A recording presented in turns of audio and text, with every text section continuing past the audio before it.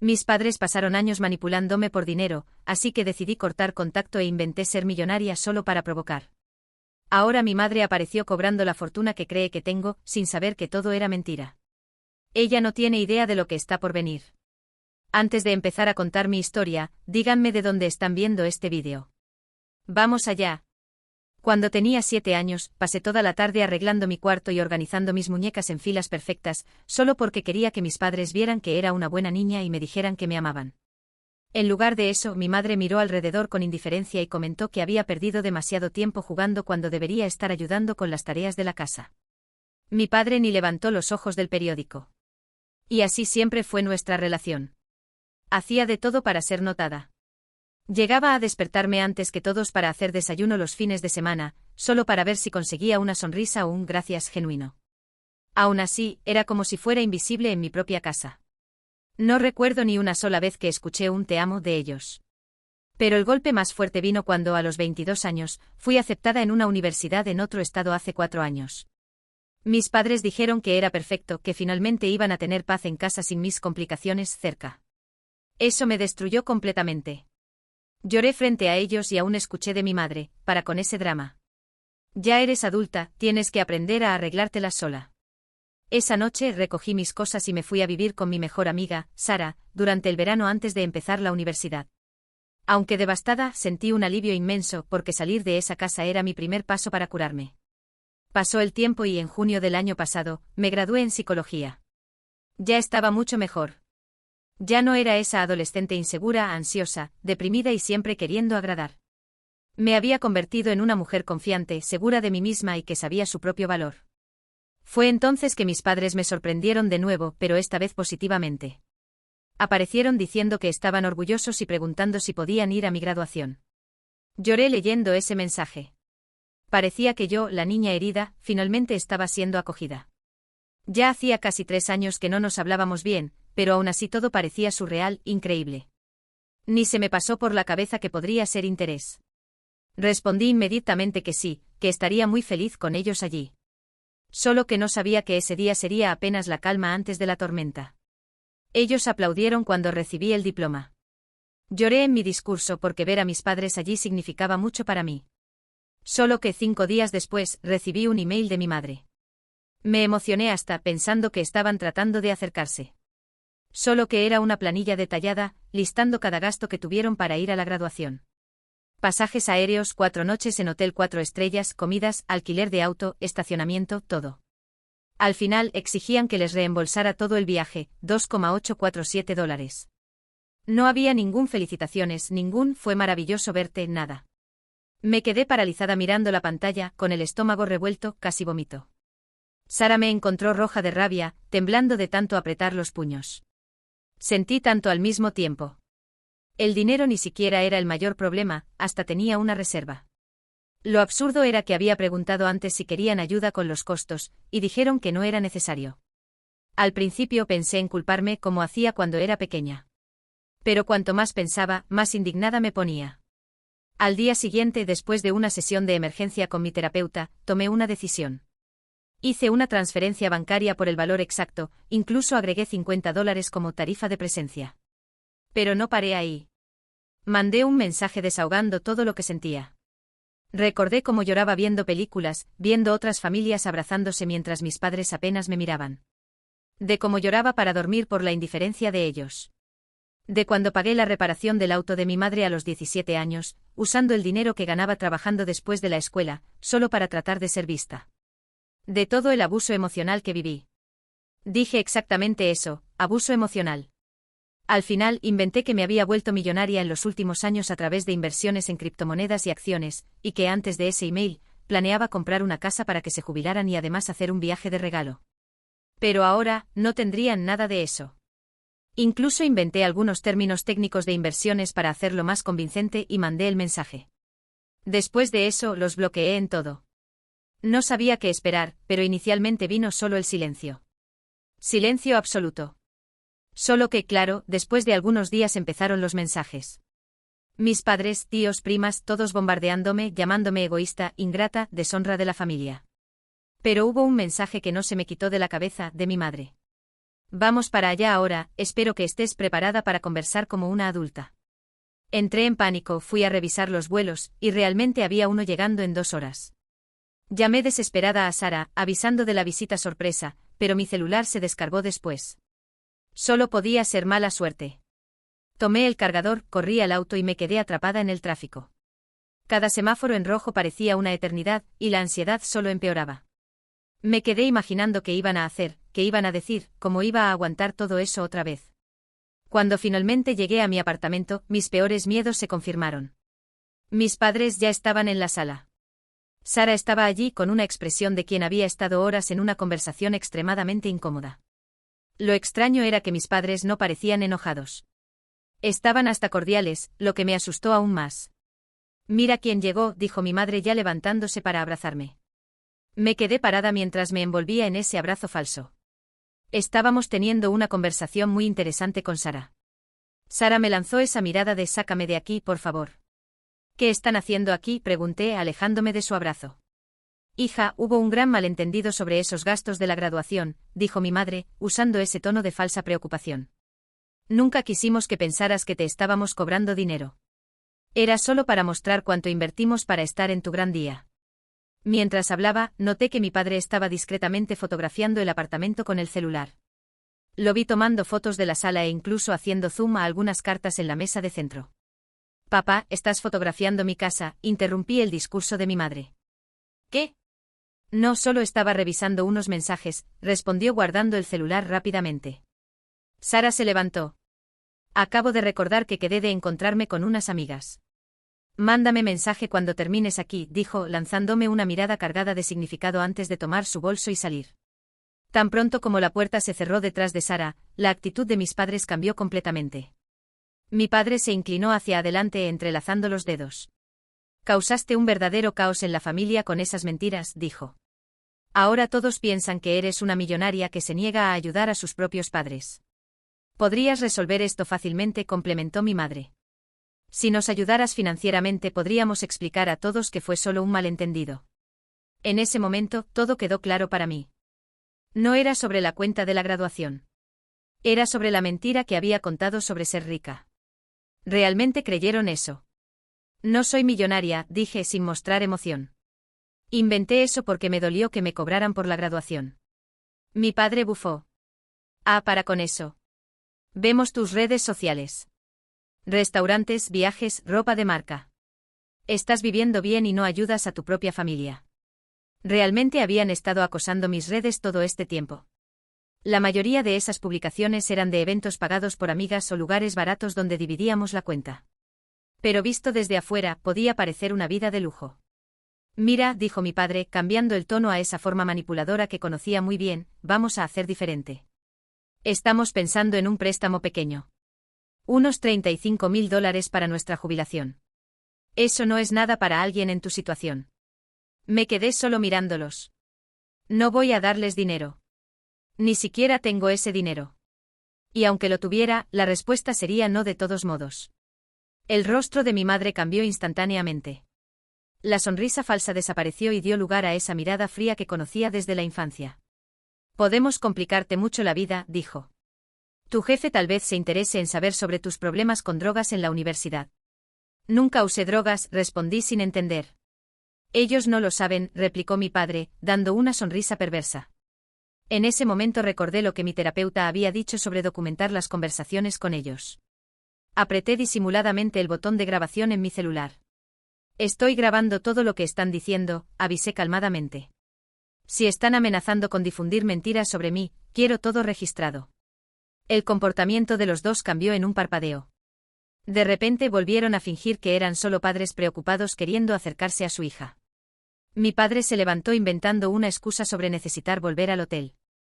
Cuando estaban saliendo, vi a mi madre discretamente tomando mi llave de repuesto de la mesita de la entrada, como si fuera lo más natural del mundo.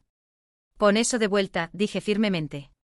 Ella fingió sorpresa, devolvió la llave como si no lo hubiera hecho intencionalmente y se dirigió a la puerta. Ya estaban casi saliendo cuando, de la nada, mi madre llevó la mano al pecho y se apoyó en la pared. Mi corazón jadeó. Creo que estoy teniendo un ataque cardíaco. Entré en pánico y marqué 911 inmediatamente. La operadora me hizo varias preguntas sobre su estado mientras veía a mi madre retorciéndose en el suelo. Mi padre se arrodilló a su lado con expresión de preocupación, lo que me hizo dudar de mí misma. ¿Y si era verdad? ¿Y si mi frialdad había causado esto? Sentí la culpa pesando, tratando de convencerme de que estaba perdiendo la razón. Los paramédicos llegaron rápidamente. 2 socorristas entraron con equipos mientras yo me quedaba apartada, con el corazón disparado. La examinaron, revisaron signos vitales, hicieron preguntas, un examen completo. Una de las socorristas me llamó aparte mientras el otro continuaba atendiendo a mi madre. ¿Ella ha tenido problemas cardíacos antes?, preguntó. No sé, respondí honestamente. No somos muy cercanas. Ella solo asintió y volvió con mi madre. Después de algunos minutos más de examen, ayudaron a mi madre a sentarse. La socorrista explicó que los signos vitales estaban normales y que todo indicaba una crisis de ansiedad, no un ataque cardíaco.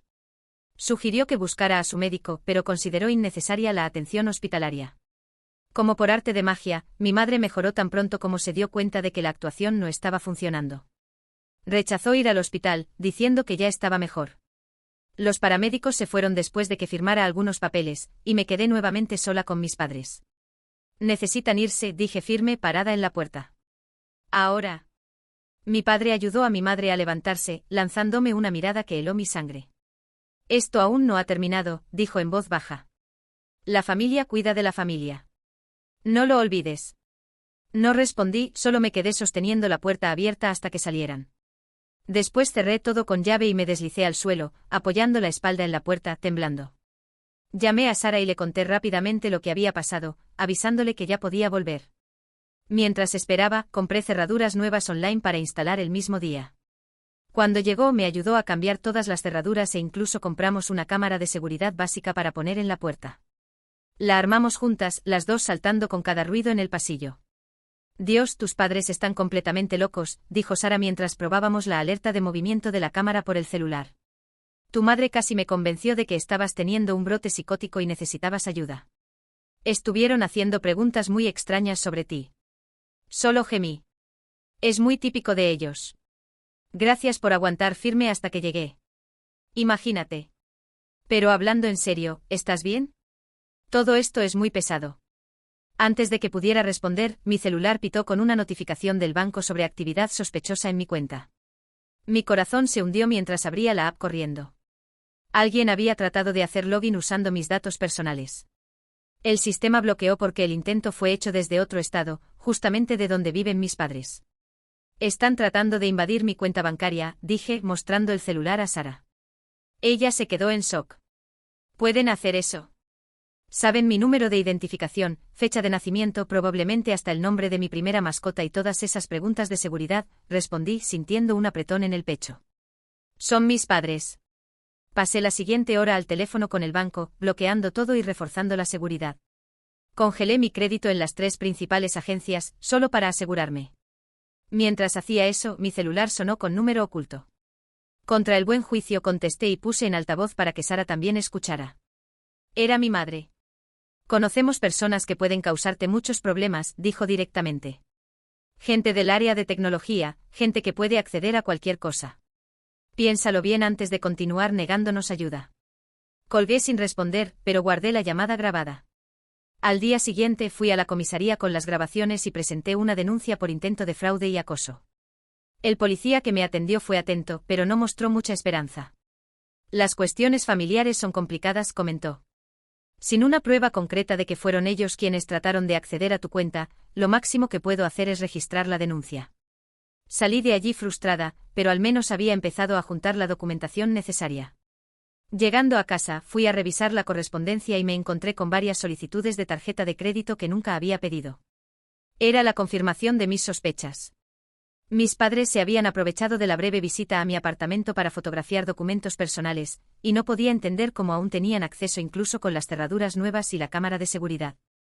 Después descubrí que habían convencido al administrador del edificio de abrir mi apartamento, diciendo que eran mis padres preocupados y que yo estaba pasando por una crisis. Anoté todo para mi archivo, que solo crecía. Al día siguiente hablé con la seguridad del edificio donde trabajo y avisé sobre posibles visitantes indeseados. Mostré fotos de mis padres y pedí que me avisaran si aparecían. El guardia lo tomó en serio y registró en el sistema. A pesar de toda precaución, mi madre apareció en mi trabajo ya en la tarde siguiente. La recepcionista me llamó diciendo que estaba en la entrada con documentos urgentes para que firmara. Pedí que le dijera que no podía atender. 15 minutos después, mi supervisora vino hasta mi escritorio. ¿Está todo bien con tu familia?, preguntó. Tu madre está insistiendo mucho para hablar contigo. Tuve que dar una versión resumida y neutral de lo que estaba pasando. Ella pareció entender, pero se notaba que estaba preocupada por el impacto en el ambiente laboral. Mis sospechas se confirmaron al día siguiente cuando llegaron emails anónimos al Departamento de Recursos Humanos de la empresa, con fotos comprometedoras de la época universitaria, incluyendo una donde aparecía borracha en una fiesta. El asunto era, el verdadero carácter de su empleada. Fui llamada a una reunión tensa con Recursos Humanos, donde tuve que explicar que estaba siendo acosada por mis propios padres. Entendemos las cuestiones personales, dijo la representante con cautela. Pero necesitamos mantener los límites profesionales. Tal vez sea mejor resolver estos asuntos fuera del horario de trabajo. Salí de la reunión sintiéndome humillada e indignada. Mis padres estaban claramente tratando de destruir todo lo que había construido. Cuando le conté a Sara lo que había pasado, ella inmediatamente sugirió que instaláramos más cámaras en el apartamento. Necesitamos pruebas si tratan de hacer algo nuevo, dijo. Acordamos comprar todo el fin de semana, pero antes de eso, llegamos a casa y notamos que algo era diferente. No había desaparecido nada, pero algunas cosas estaban fuera de lugar. Mi laptop había sido movida, un cajón de la cocina estaba abierto, las toallas del baño dobladas de manera diferente a como siempre las hacía. Entraron aquí, dijo Sara, poniendo en palabras lo que las dos sentíamos. Llamamos a la policía nuevamente. Los policías hicieron el reporte, pero dijeron que, como no había señales de forzamiento ni nada robado, no podían hacer mucho. Sugirieron hablar con la administración del edificio para saber quién tenía acceso al apartamento. Esa noche ninguna de nosotras tuvo valor de dormir allí, así que fuimos a casa de la madre de Sara. Al día siguiente recibí una carta certificada de un bufete de abogados, diciendo que mis padres habían financiado mi educación y estaban exigiendo $120.000 de vuelta. Listaban supuestos gastos con universidad, vivienda, alimentación, ropa e incluso apoyo psicológico, como si todo tuviera un precio. Le mostré la carta a Sara, riendo nerviosamente. Pagué toda la universidad con becas y préstamo estudiantil. Nunca dieron ni un centavo, dije. ¿Puedes probar eso?, preguntó Sara. Por suerte, sí. Siempre guardé todos los comprobantes justamente porque tenía miedo de que mis padres trataran de aprovecharse de eso en el futuro. Pasé la noche organizando toda la documentación, preparada para rebatir cualquier acusación. Mi terapeuta sugirió que buscara ayuda jurídica especializada. Gasté casi todo mi salario del mes contratando una abogada especialista en casos de acoso familiar. Ella redactó una notificación formal de cesar y desistir, exigiendo que mis padres dejaran de buscarme y alertando sobre las consecuencias legales si continuaban. Pensé que esta vez iban a entender los límites, pero solo empeoró. Mis padres comenzaron a buscar a mis amigas e incluso excompañeras de universidad, haciéndose pasar por padres preocupados por una hija mentalmente inestable que había cortado relaciones con la familia. Personas que no conocían mi historia comenzaron a verme como la villana, y algunas amigas más distantes vinieron a preguntarme si estaba bien, sugiriendo reconciliación. Parecen importarse mucho por ti, comentó una.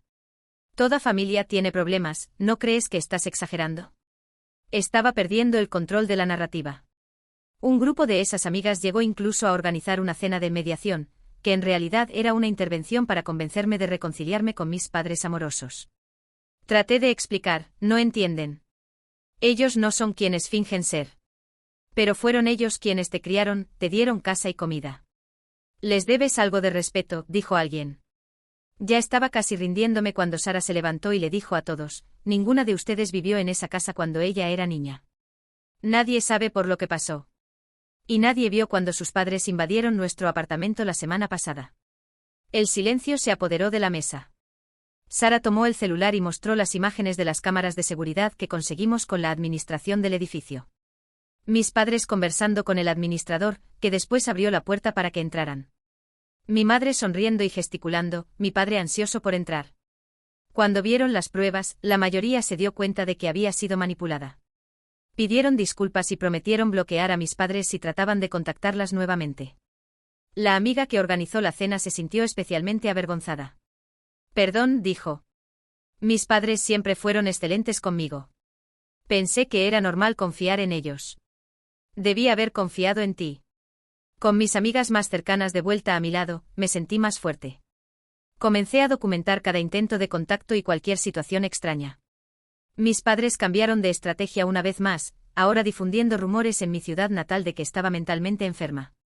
Parientes distantes y conocidos de la familia comenzaron a llamar, queriendo saber si estaba recibiendo tratamiento psiquiátrico o tomando medicamentos que ni siquiera conocía. El estrés era tanto que ya no aguantaba más.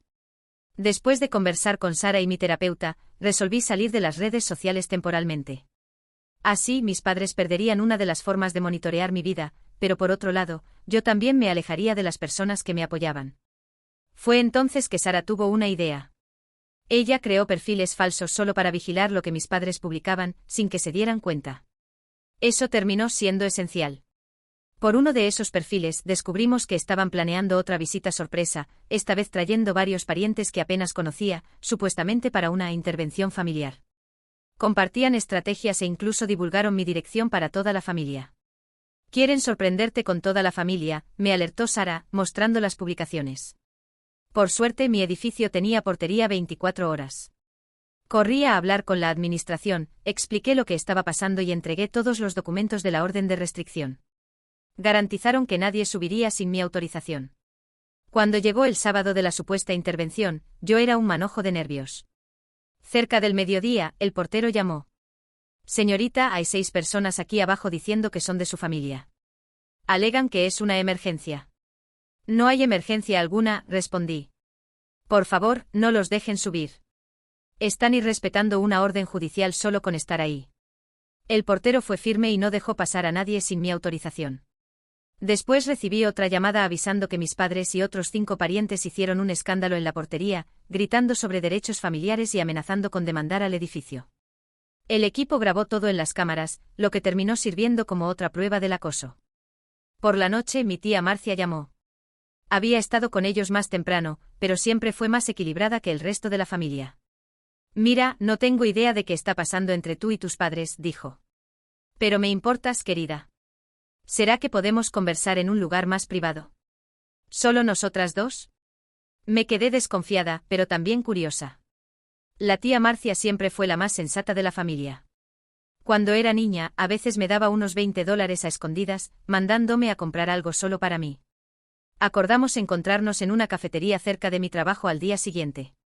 Y fui muy clara, solo tú. Si aparece alguien más, me voy inmediatamente. Entendido, garantizó. Solo nosotras dos. Llegué temprano a la cafetería, tomé una mesa desde donde se veía la entrada, pedí un cappuccino y me quedé esperando, nerviosa, mirando el celular cada minuto. La tía Marcia llegó puntualmente sola como prometió. Pidió un café y se sentó frente a mí, visiblemente incómoda. Entonces comenzó. Tus padres están diciendo a todos que tuviste un colapso nervioso. ¿Y tú les creíste?, pregunté. Se encogió de hombros. Pensé que toda historia tiene 2 lados. Por eso vine aquí. Mientras hablaba, miré distraídamente por la ventana y vi, del otro lado de la calle, el auto alquilado de mis padres. Los dos estaban allí dentro observando la cafetería. Mi corazón se disparó.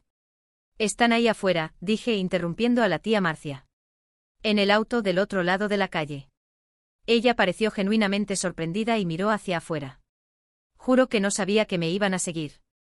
Les dije que iba a resolver unas cosas. Si era verdad o no, ya no importaba. Ya no se podía confiar en nadie de esa familia. Me levanté, dejé el dinero del café en la mesa y salí por la puerta trasera. Perdón, aún la escuché llamar, pero ni miré hacia atrás. Inmediatamente mandé mensaje a Sara pidiendo que me encontrara en casa. Fui al apartamento por otro camino, siempre verificando que no me estuvieran siguiendo. Lo único que sentía era ese peso en el pecho. No se podía confiar en nadie de mi familia, ni en los aparentemente sensatos. Todos podían terminar siendo usados por mis padres para llegar hasta mí. Cuando llegué, Sara ya estaba allí. Le conté todo sobre la tía Marcia y sobre mis padres vigilándome desde afuera de la cafetería. Esto se está volviendo muy perturbador, dijo. Literalmente te están persiguiendo. Lo sé, respondí caminando de un lado a otro. Y no tengo idea de cómo parar esto. La orden de restricción no está funcionando, las denuncias no están sirviendo de nada. Sara pensó por un momento. ¿Y tu abuela, ya pensaste en hablar con ella? Mi abuela. Ni había considerado esa posibilidad. Vivía en otro estado, siempre se mantuvo fuera de las peleas familiares. Mi madre decía que era difícil, pero en las pocas veces que estuve con ella, siempre fue muy cariñosa conmigo. Solo que había una tensión allí. Las dos casi no se hablaban y mi madre siempre ponía los ojos en blanco cuando surgía el nombre de mi abuela.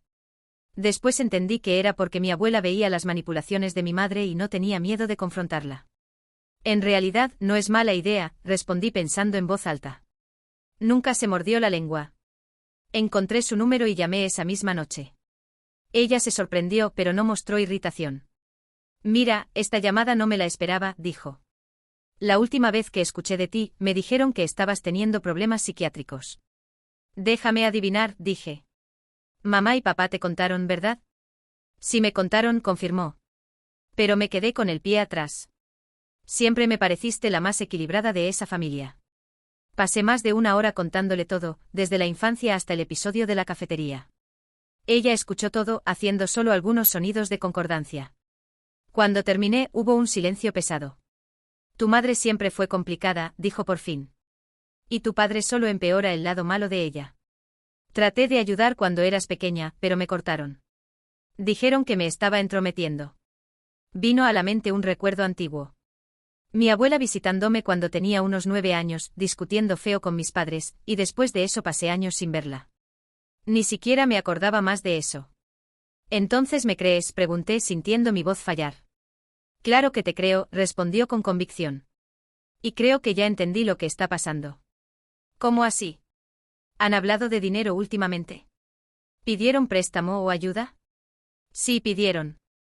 ¿Cómo lo sabías? Mi abuela suspiró. Porque también me están llamando, pidiendo el adelanto de la herencia. Cuando dije que no, comenzaron a insinuar que estaba confundida, sugiriendo que tal vez necesitaba ayuda para manejar mis cosas.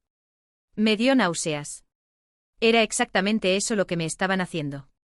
Tenían certeza de que yo escondía dinero. No, es aún peor, dijo mi abuela. Saben muy bien lo que hacen. Vienen haciendo esto hace años con otros de la familia. Tu abuelo y yo tuvimos que cortar cualquier ayuda financiera hace mucho tiempo.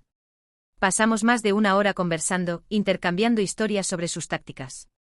Fue reconfortante ver que alguien en la familia veía todo como yo, pero doloroso percibir cómo siempre fueron calculadores. Quiero que vengas a visitarme, pidió mi abuela antes de colgar.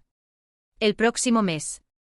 Necesitamos conversar mucho y creo que es mejor que estés un tiempo lejos de ellos. Estuve de acuerdo, sintiendo una esperanza que no sentía hacía semanas. Cuando le conté a Sara sobre la conversación, se animó con la idea de que visitara a mi abuela. Va a ser excelente para que te aires, y parece que ella realmente entiende la situación, dijo.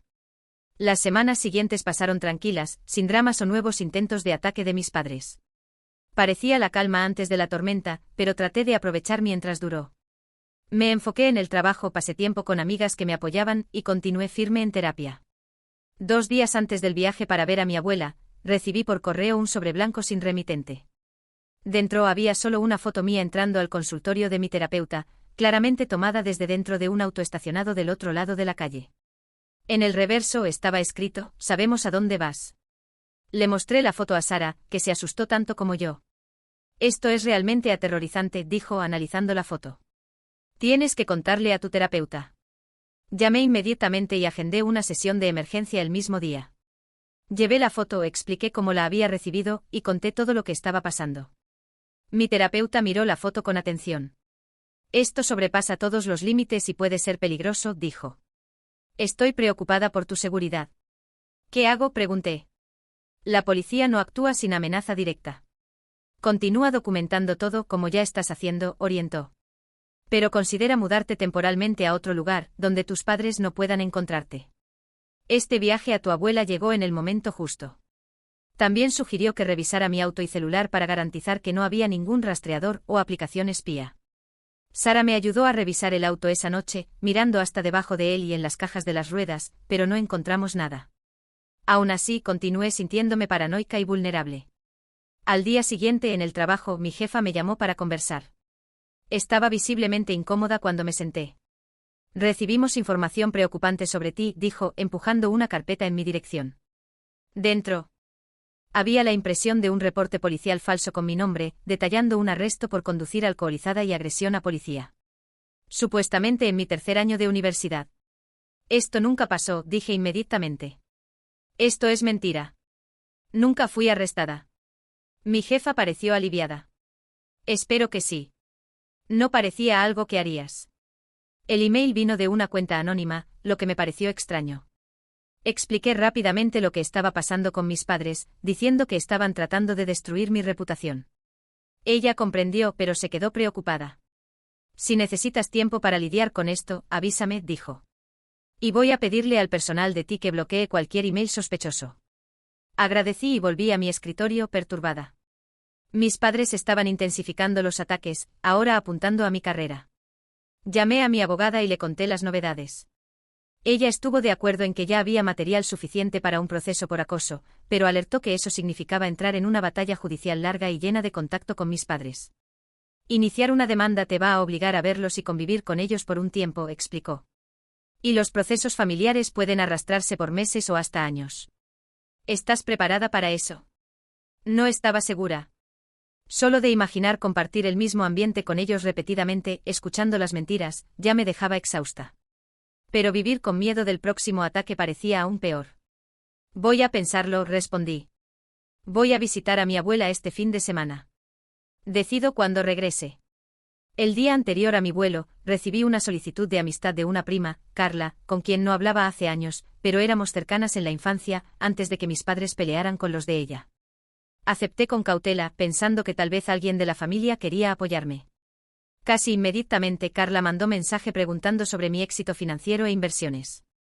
La forma como escribió me incomodó. Era igualito a las preguntas que mis padres harían.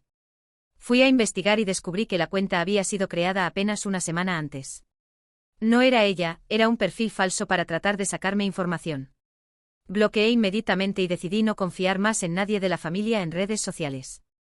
Le avisé a Sara que estuviera atenta a mensajes extraños de parientes, porque mis padres podían estar creando varios perfiles falsos.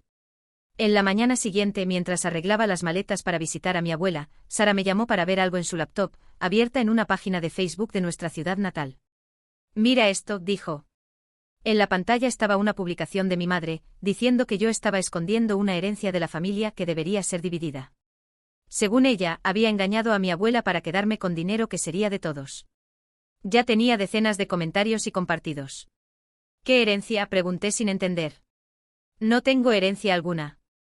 Tal vez tu abuela sabe de qué se trata, sugirió Sara. Llamé inmediatamente queriendo saber si tenía idea de qué hablaban mis padres. Ah, mi querida, suspiró. Te iba a contar en persona, pero creo que ahora es el momento. Y entonces explicó que años atrás había creado un fondo fiduciario a mi nombre, al que tendría acceso cuando cumpliera 25 años. Mis padres habían descubierto la existencia de ese fondo y hacían de todo para convencer a mi abuela de cambiar las reglas, tratando de conseguir el dinero como mis responsables, aunque ya fuera adulta. ¿Cuál es el valor de ese dinero?, pregunté, queriendo saber si era tanto como para justificar todo ese interés repentino de ellos. Cerca de $45.000, respondió. No es una fortuna, pero te alcanza para empezar una vida independiente. Me aseguré de organizar todo de forma que solo tú pudieras acceder, tus padres no. Mi cumpleaños 25 estaba llegando en 2 meses, y de repente todo tenía sentido. Mis padres habían descubierto que pronto tendría acceso al dinero y se estaban moviendo para garantizar que fuera a parar a sus manos. ¿Puedes hacer una declaración sobre esto?, pregunté. Diciendo que el dinero siempre fue destinado a mí. Claro, respondió. Mañana, cuando llegues, conversamos mejor sobre todo. Cuando colgué sentí una mezcla de alivio y asco. Toda esa visita forzada en la graduación, el súbito interés en acercarse, los intentos de hacerme sentir culpable, ahora todo estaba explicado. Habían estado tramando durante meses para quedarse con mi dinero. Mientras terminaba de arreglar las maletas, Sara continuaba vigilando las redes sociales y encontró más publicaciones de mi madre, ahora hablando de que yo era mentalmente inestable e incapaz de cuidar mis propias finanzas. Ya están preparando el terreno para cuestionar tu capacidad, dijo Sara. Si logran convencer a la gente de que no estás bien de la cabeza, pueden tratar de tomar el fondo en la justicia. Solo de pensarlo me daba escalofríos. Llamé nuevamente a mi abogada y le conté todo lo que estaba pasando.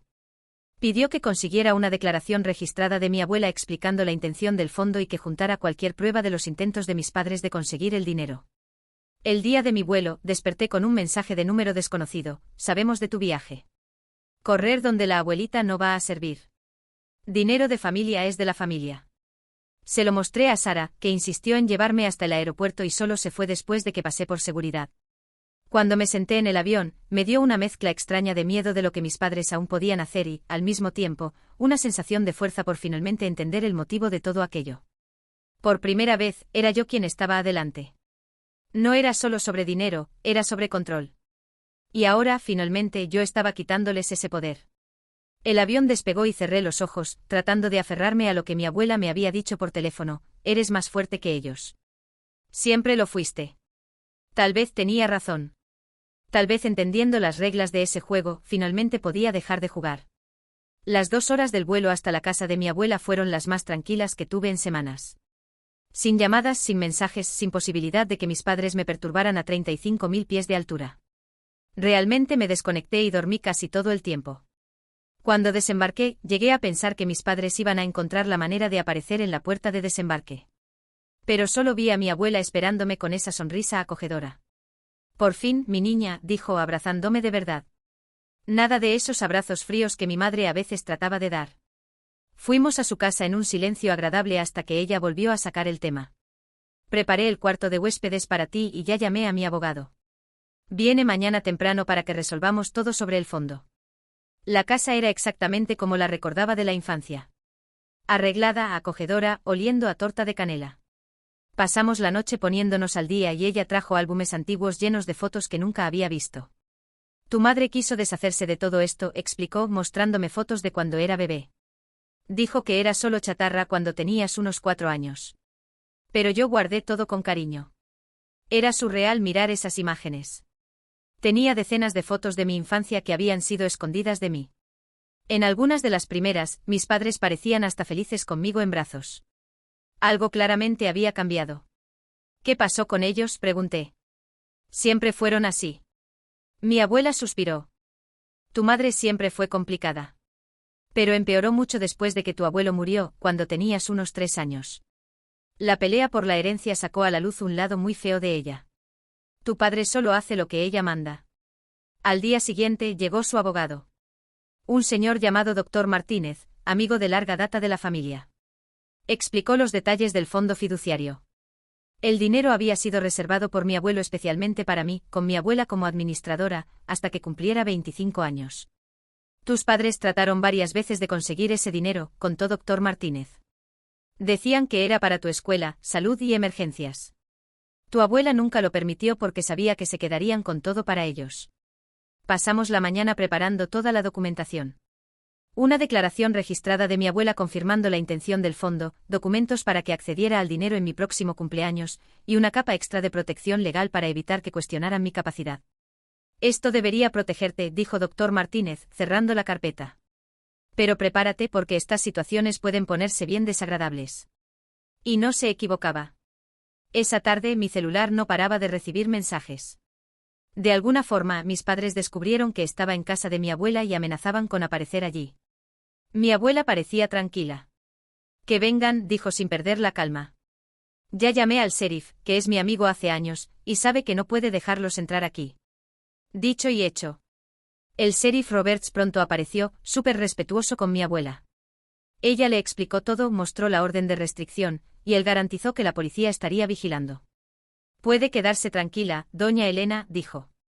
Nadie va a molestarla a usted ni a su nieta mientras yo esté de turno. Esa noche me sentí segura de verdad por primera vez en meses. Nos sentamos en el porche a ver el atardecer y mi abuela contó historias de mi infancia, de cuando pasaba semanas con ella en las vacaciones, antes de que mis padres cortaran el contacto. Eras una niña tan alegre, recordó. Siempre queriendo ayudarme en el jardín, te ensuciabas toda y te quedabas toda orgullosa. Hacías pulseritas de flores para regalarme. No recordaba nada de aquello. Esos recuerdos me habían sido quitados junto con las fotos. La paz duró apenas 2 días. Al tercero, mi abuela recibió una llamada de la vecina avisando que había alguien fotografiando la casa desde la calle. Miramos por la ventana y claro, era mi padre parado en un auto alquilado con una cámara profesional. Basta, dijo mi abuela, ya tomando el teléfono. Roberts llegaron.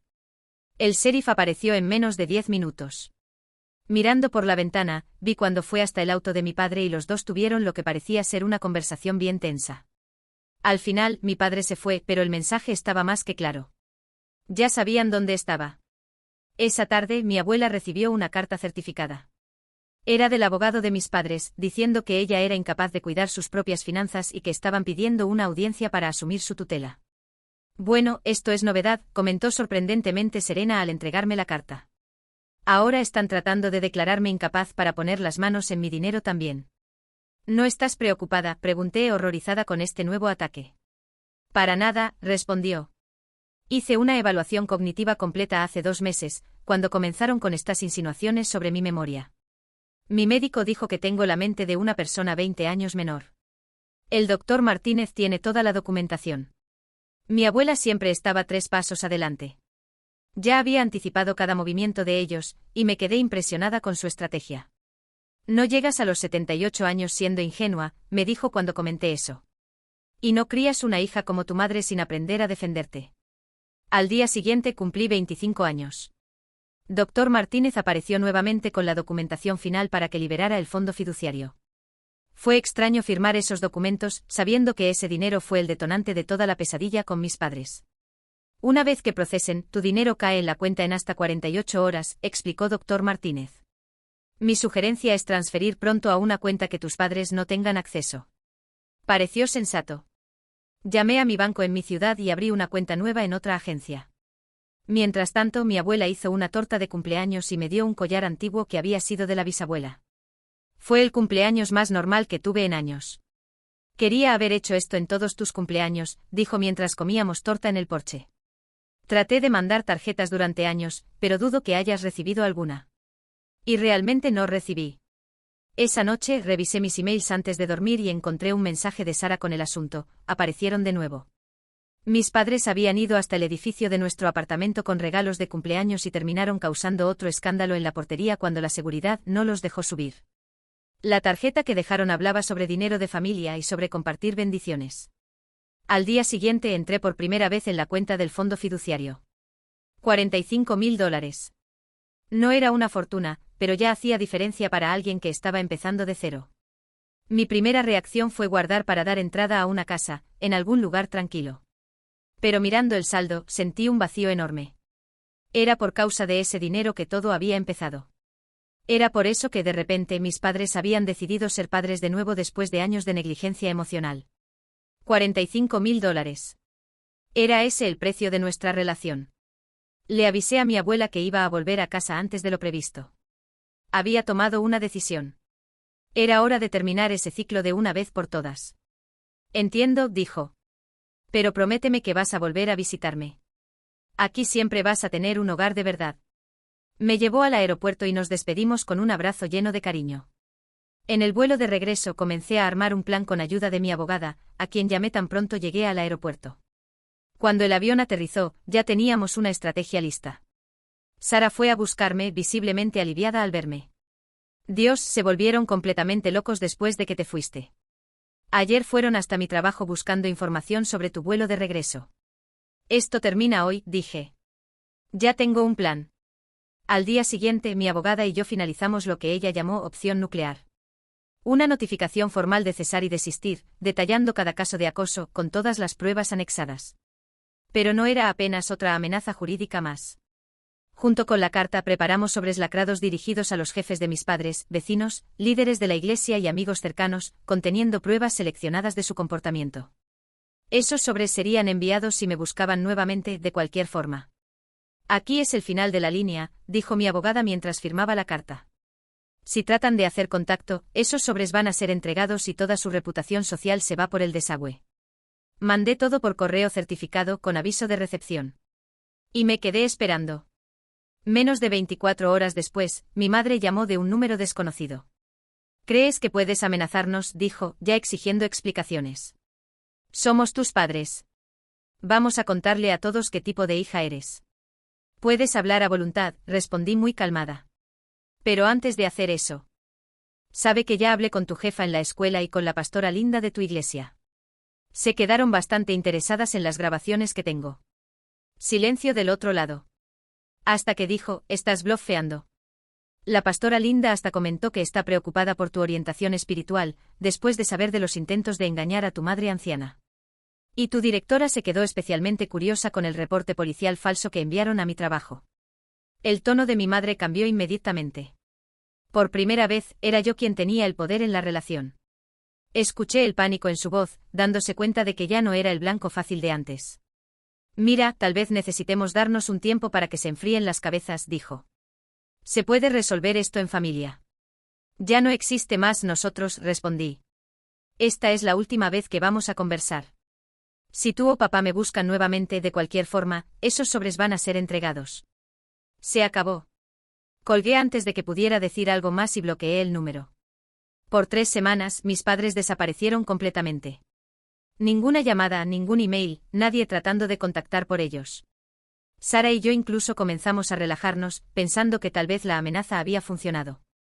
Hasta que una mañana, Sara encontró las 4 llantas de su auto cortadas en el garaje del edificio. No había cámara en ese punto, así que no se podía probar nada.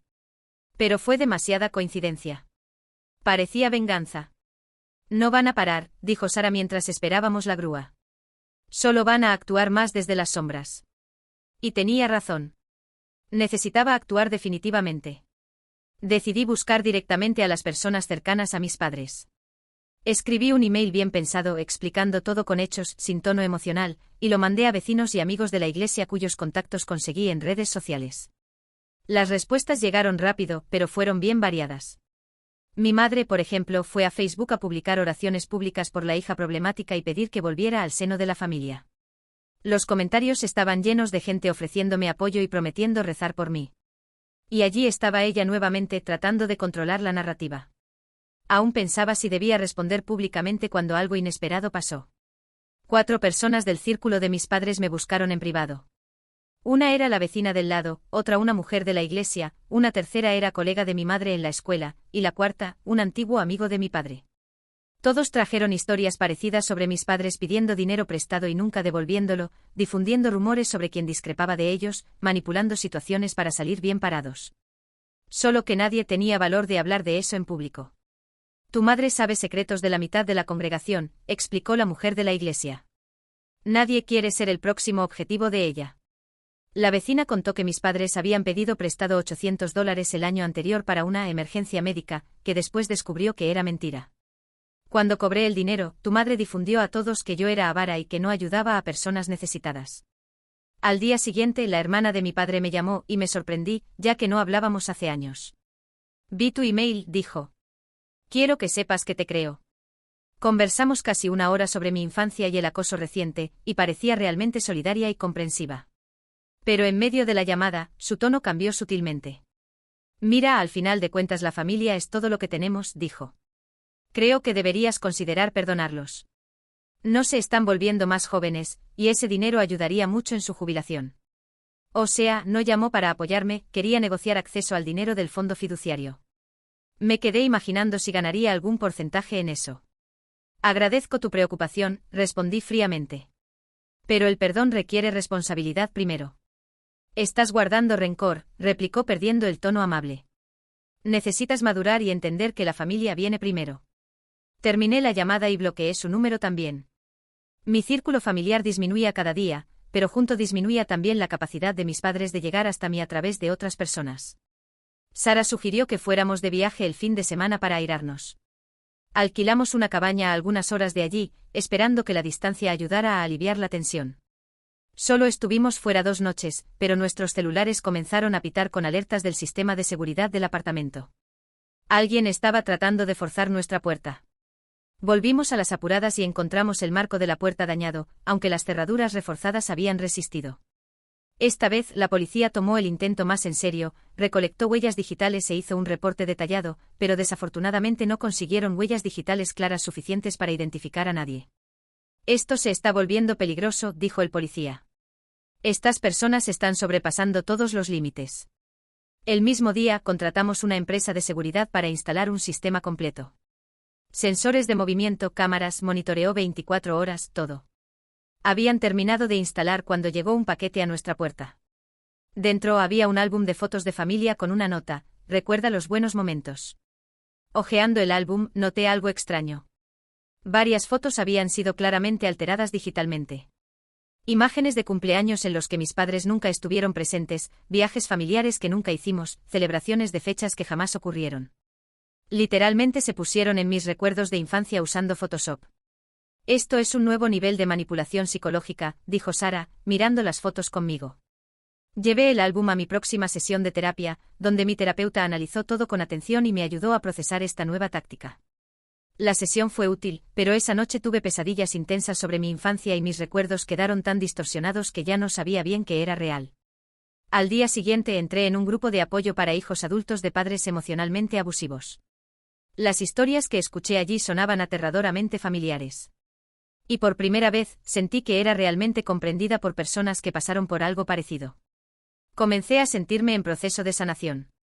2 sesiones después, durante el compartir del grupo, levanté la mirada y me quedé paralizada. Mi madre estaba sentada en la última fila, con lentes oscuros y pañuelo en la cabeza, pero no se podía confundir. Había invadido mi grupo de apoyo, mi único espacio verdaderamente seguro. Salí inmediatamente ni tomé mi chaqueta. Llamé a mi terapeuta aún desde el auto, temblando de rabia y violación. Esa fue la gota que rebalsó el vaso. Con ayuda de mi abogada, organicé todos los episodios de acoso en orden cronológico, documentando cada detalle. Llantas cortadas, intento de invasión, el álbum de fotos manipulado, y mi madre siguiéndome hasta la terapia grupal. Las pruebas eran incontestables. La semana siguiente mi abogada inició una demanda judicial por acoso y persecución, pidiendo una orden de restricción permanente e indemnización por daños psicológicos. Ahora va a ser guerra, me advirtió. Van a tratar de todo para desacreditarte en el tribunal. Y tenía razón. Mis padres contrataron un abogado y comenzaron a construir una defensa basada en mi supuesta inestabilidad mental. Iniciaron una contrademanda alegando que yo estaba mentalmente perturbada y que ellos eran apenas padres preocupados tratando de ayudar. El proceso se arrastró por meses. Audiencias, declaraciones, análisis de pruebas. Fue agotador, pero cada sesión en el tribunal me mostraba que estaba del lado correcto de la historia. Mi terapeuta testificó sobre mi estado mental estable. Mi abuela voló hasta allá para declarar sobre el historial familiar. Hasta Sara dio su testimonio sobre todo lo que había presenciado. El punto de quiebre llegó cuando el juez escuchó las grabaciones de las amenazas de mis padres. La voz de mi padre diciendo «conocemos personas que pueden causarte problemas» resonó por todo el tribunal. Mi madre trató de alegar que había sido sacado de contexto, pero el juez no se lo creyó. 6 meses después del inicio del proceso, ganamos. Orden de restricción permanente e indemnización por daños morales, y mis padres fueron obligados a pagar las costas del proceso. Salieron del tribunal en silencio, finalmente derrotados. Pero la victoria vino con un precio emocional alto. Todo ese proceso me agotó, me obligó a revivir traumas, me expuso públicamente. Necesité meses de terapia intensiva para recuperarme. Sara fue mi ancla durante todo ese periodo. Ella, mi abuela, y algunos amigos cercanos formaron mi verdadera familia. Con el dinero de la indemnización sumado al fondo fiduciario, finalmente pude comprar una casa pequeña, lejos de mi ciudad natal. Un lugar donde podía empezar de nuevo sin el peso del pasado. Mi abuela vino a vivir conmigo en los últimos años de su vida. Fueron los mejores años que tuvimos juntas, finalmente pudiendo construir los recuerdos que mis padres me habían robado cuando era niña. Los $45.000 que causaron toda esa guerra terminaron siendo el punto de partida para mi independencia real. No solo financiera, sino emocional. A veces aún pienso en esa niña de 7 años que arreglaba el cuarto esperando amor de los padres. Me gustaría poder decirle que no era su culpa, que algunas personas simplemente no logran amar de la forma que una niña necesita. Y que un día sería lo suficientemente fuerte para construir su propia familia, basada en el amor verdadero en lugar de la manipulación. 5 años después.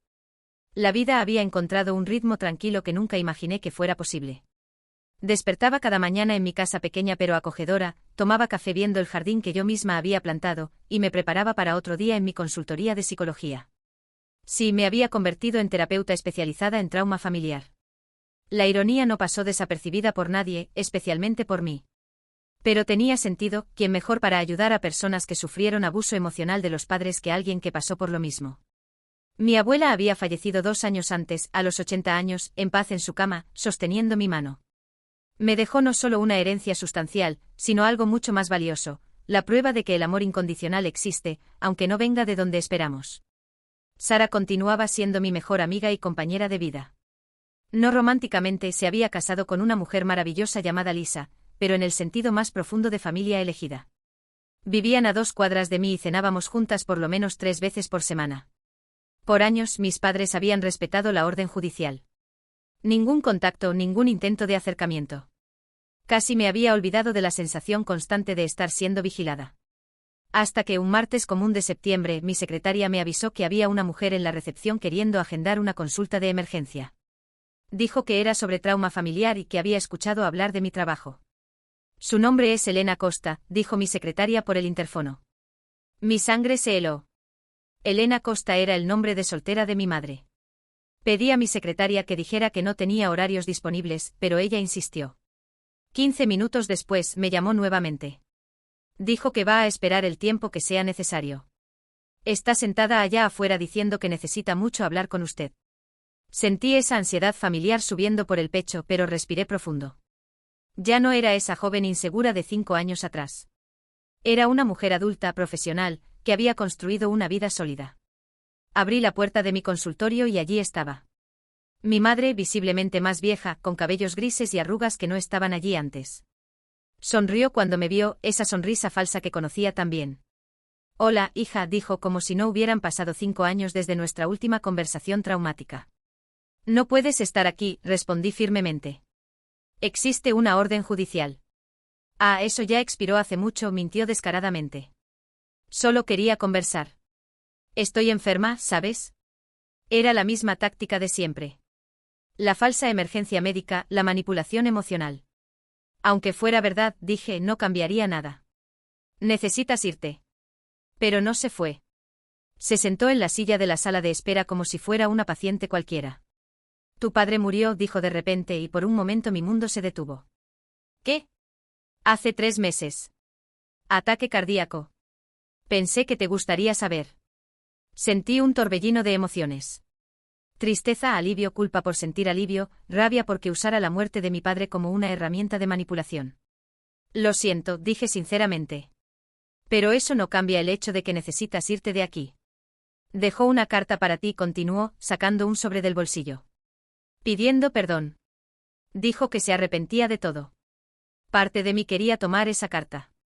La niña herida dentro de mí aún ansiaba cualquier señal de que mis padres me habían amado, aunque fuera demasiado tarde. Pero había aprendido a no confiar en mis impulsos emocionales cuando se trataba de ellos. Si realmente se arrepentía, podría haber intentado un contacto respetuoso años atrás, respondí. Puedes dejar la carta en la mesa e irte. Puso el sobre en la mesita de centro y se levantó, pero no se dirigió a la puerta. Te volviste muy dura, dijo, cambiando de táctica. No era así como te criamos. Ustedes no me criaron, respondí. Me descuidaron. Hay diferencia. Hicimos nuestro mejor esfuerzo con lo que teníamos. No, ustedes hicieron elecciones. Todos los días eligieron ser fríos, manipuladores e interesados. Y ahora están lidiando con las consecuencias de esas elecciones. Se quedó en silencio por un momento, y vi algo en su rostro que nunca había visto antes. No era remordimiento genuino, pero tal vez la primera vez que realmente entendía que había perdido cualquier poder sobre mí. Siempre fuiste diferente de los otros niños, dijo finalmente. Siempre cuestionando, siempre difícil. Yo era una niña que solo quería ser amada, respondí. Si eso era difícil para ustedes, el problema no era mío. En ese momento mi secretaria apareció en la puerta. Había establecido un protocolo años atrás. Si me quedaba sola con una persona por más de 10 minutos sin dar señales de que todo estaba bien, debía intervenir.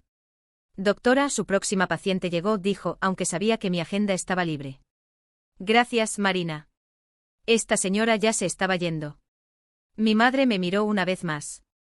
Si cambias de opinión sobre reconciliarnos, sabes dónde encontrarme. No voy a cambiar de opinión, respondí con certeza absoluta. Salió y cerré la puerta con llave detrás de ella. Me senté en mi sillón. Temblando ligeramente, pero no de la manera que habría temblado años atrás. Era más como el temblor después de levantar un peso muy pesado, cansador, pero también una señal de fuerza. Tomé la carta de mi padre y sin abrirla, la puse en la trituradora de papel. No necesitaba su aprobación póstuma para seguir adelante. Llamé a mi abogada y reporté el incidente. La orden de restricción aún estaba vigente y mi madre había violado los términos. Decidimos no procesar esta vez, pero documentar todo en caso de que lo intentara nuevamente. Esa noche le conté todo a Sara durante la cena. Escuchó en silencio, después dijo: ¿Cómo te sientes? Bien, respondí, y me di cuenta de que era verdad. Por primera vez, cuando trató de manipularme, no funcionó ni por un segundo. No sentí culpa, no sentí la necesidad de agradar, no sentí nada más que lástima por ella. ¿Lástima? Sí. Es una mujer de 60 años que nunca aprendió a construir relaciones saludables. Que nunca va a conocer a sus posibles nietos, nunca va a tener una relación genuina con su hija, nunca va a entender lo que perdió. Es trágico, en realidad. Sara sonrió. Te das cuenta de cuánto creciste, ¿verdad? La persona que conocí hace años habría quedado devastada con esa visita. Tenía razón. La terapia, el tiempo, la construcción de relaciones saludables, todo eso me había dado una base sólida que mis padres nunca pudieron quebrar nuevamente. 2 semanas después, recibí una llamada de mi prima Carla, la verdadera esta vez, no un perfil falso. Había conseguido mi número a través de mi abuela años atrás, pero nunca había llamado antes. Hola, dijo vacilante. Sé que es extraño que llame así, pero... Tu madre apareció en casa de mis padres ayer. Mi corazón se aceleró. ¿Qué quería? Dinero. Dijo que te niegas a ayudarla ahora que tu padre murió, y que la familia necesita unirse para convencerte de hacer lo correcto. Suspiré. Incluso después de todo, continuaba tratando de usar a otros miembros de la familia como peones. ¿Y qué dijeron tus padres? La mandaron a irse. Mi padre dijo que te conoce desde niña y que si cortaste contacto, debe haber una buena razón. Sentí un alivio enorme. No todos en la familia habían sido completamente manipulados. Gracias por avisarme, Carla. En realidad, quería hablarte sobre otra cosa. Tengo 2 hijas pequeñas y, bueno, tu madre siempre me incomodó. La forma como habla de ti, como trata de hacer que todos se sientan culpables. Quería saber si podrías darme algunos consejos de cómo proteger a mis hijas de ese tipo de comportamiento. Pasamos 1 hora al teléfono, y al final quedamos en encontrarnos en persona. Era hora de comenzar a reconstruir las relaciones familiares que valían la pena. En los meses siguientes, mi madre trató algunas veces más de contactarme. Mensajes a través de conocidos, tarjetas de Navidad enviadas a mi consultorio, hasta un intento de hacerse pasar por paciente nuevamente. Cada intento fue bloqueado y documentado. Había aprendido que la consistencia era clave. Cualquier apertura, por pequeña que fuera, sería interpretada por ella como una oportunidad para volver a los viejos patrones. 1 año después de la visita a mi consultorio, recibí una llamada de la tía Marcia. Mi madre había sido desalojada del apartamento donde vivía y estaba pidiendo ayuda a la familia. Dijo que prometiste cuidarla en la vejez, explicó la tía Marcia. Nunca prometí eso, respondí. Y aunque lo hubiera prometido cuando era niña, una niña no puede ser responsabilizada por promesas hechas bajo coerción emocional. ¿Entonces no vas a ayudar? No. Pero puedo darle el contacto de asistentes sociales y organizaciones que ayudan a ancianos en situación de vulnerabilidad. Pasé los contactos a través de la tía Marcia y no escuché más nada por meses. La venganza, descubrí, no necesitaba ser activa. A veces la mejor venganza era simplemente vivir bien, construir la vida que trataron de impedir, y negarse a ser arrastrada de vuelta a la dinámica tóxica. Cada paciente que ayudaba a curarse de trauma familiar era una pequeña victoria. Cada relación saludable que construía era una prueba de que el ciclo había sido roto. 2 años después abrí una ONG enfocada en apoyar a jóvenes adultos que estaban cortando contacto con familias abusivas. El trabajo era desafiante pero increíblemente gratificante. Ver personas encontrando fuerza para alejarse de situaciones tóxicas, construyendo sus propias familias elegidas, me recordaba constantemente que había hecho la elección correcta. Sara y Lisa adoptaron una hija, una niña de 5 años llamada Emma. Me convertí en la tía no oficial y por primera vez en la vida experimenté cómo era un amor familiar saludable e incondicional. Emma nunca sabría cómo era crecer cuestionando si era amada. Nunca tendría que limpiar toda la casa esperando aprobación. Nunca sentiría que necesitaba ganarse su lugar en la familia. A veces, cuando estaba jugando con Emma en el parque, pensaba en la niña de 7 años que fui. Quería poder volver en el tiempo y decirle, un día vas a tener una familia de verdad. Personas que te aman por lo que eres, no por lo que puedes darles. En una de esas tardes en el parque, mientras empujaba a Emma en el columpio, recibí un mensaje de un número desconocido. Tu madre murió ayer. Ataque cardíaco. El funeral es el jueves. Era de la tía Marcia. Sentí. Nada. Ni tristeza, ni alivio, ni culpa. Solo una sensación de cierre, como cuando terminas de leer un libro que ya no te interesaba hace mucho tiempo. No fui al funeral. En cambio, planté un árbol en mi jardín, no en memoria de mi madre, sino en celebración de la mujer en que me había convertido a pesar de ella. Sara preguntó si estaba bien. Estoy, respondí honestamente. Hace mucho tiempo que dejó de ser mi madre de verdad. Hoy solo se oficializó. 3 semanas después, recibí una llamada de un abogado sobre el testamento. Para mi sorpresa, mi madre me había dejado la casa donde crecí, junto con una carta. Contra mi mejor juicio, decidí leer la carta. Hija, sé que cometí muchos errores. Tal vez puedas hacer algo bueno con esta casa, ya que nunca pude hacer de ella un hogar de verdad para ti. Pido perdón por no haber sido la madre que merecías. Eran las palabras que la niña en mí siempre quiso escuchar. Pero llegaron demasiado tarde y de una persona que había perdido el derecho a ser perdonada hace mucho tiempo. Vendí la casa y usé el dinero para expandir mi ONG. Parecía apropiado transformar el lugar donde sufrí en recursos para ayudar a otros a curarse. En la inauguración del nuevo centro di un discurso para donadores y voluntarios. Hablé sobre cómo el trauma familiar puede ser superado, cómo es posible romper ciclos de abuso, cómo el amor verdadero puede ser encontrado incluso cuando no viene de donde esperamos. Después de la ceremonia, una mujer joven se acercó a mí. Me recordaba mucho a mí misma años atrás, insegura, lastimada, pero con una chispa de determinación en los ojos. Gracias, dijo. Tu historia me dio esperanza. Mis padres. Bueno, son complicados también. No estás sola, respondí. Y eres más fuerte de lo que imaginas. Esa noche en casa, miré por la ventana hacia el jardín que había creado. Cada planta allí había sido elegida y cuidada por mí. Nada había crecido por casualidad o negligencia. Era una metáfora perfecta para la vida que construí. Cada relación, cada logro. Cada momento de paz, todo había sido cultivado intencionalmente con amor y cuidado. Mis padres trataron de convencerme de que no merecía amor, que solo tenía valor por lo que podía dar a otros. Pero construí una vida entera probando que estaban equivocados. La verdadera venganza no fue destruirlos. Fue florecer a pesar de ellos. Y al ayudar a otras personas a encontrar su propia fuerza para florecer, transformé mi dolor en algo que podía curar el mundo, una persona a la vez. Esa, me di cuenta, era la única victoria que realmente importaba. Si esta historia los tocó de alguna forma, por favor dejen un like y suscríbanse al canal para más historias de superación y justicia. Sus comentarios y apoyo hacen toda la diferencia para otras personas que pueden estar pasando por situaciones parecidas. Hasta la próxima historia.